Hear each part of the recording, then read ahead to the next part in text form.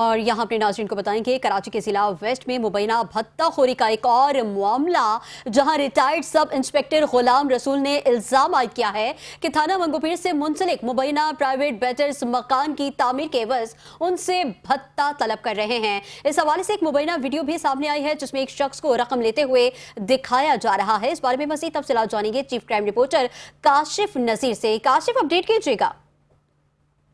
बिल्कुल, district waste police के बीटू की एक मुबैना वीडियो सामने आई है जिसमें देखा जा सकता है कि रिटायर्ड सब इंस्पेक्टर जो है वो मंगोपीर के जो प्राइवेट बीटर हैं जिनके नाम जराये की जानिब से बताए गए हैं कि दिलावर उर्फ तारिक और इसके अलावा दीगर शहरी उसके साथ मौजूद है बीटर, और उसने मास्क भी लगाया हुआ है। जो रिटायर्ड सब इंस्पेक्टर इस बात के पैसे दे रहा है कि उसे अपना मकान बनवाना था और मकान बनवाने के एवज जो है ये उन्हें तंग कर रहे थे, जिसके बाद उन्होंने इनको मुबैना रिश्वत दी है। इससे कबल भी उनकी जानिब से एक वीडियो बनाई गई थी जो मंजरेआम पर लाई गई थी, जिसमें उन्होंने आईजी सिंध के जो कंप्लेंट सेल है उनका मुतालबा किया था कि वो इस वाक़े का नोटिस ले, क्योंकि उनको उनका मकान नहीं बनाने दिया जा रहा था।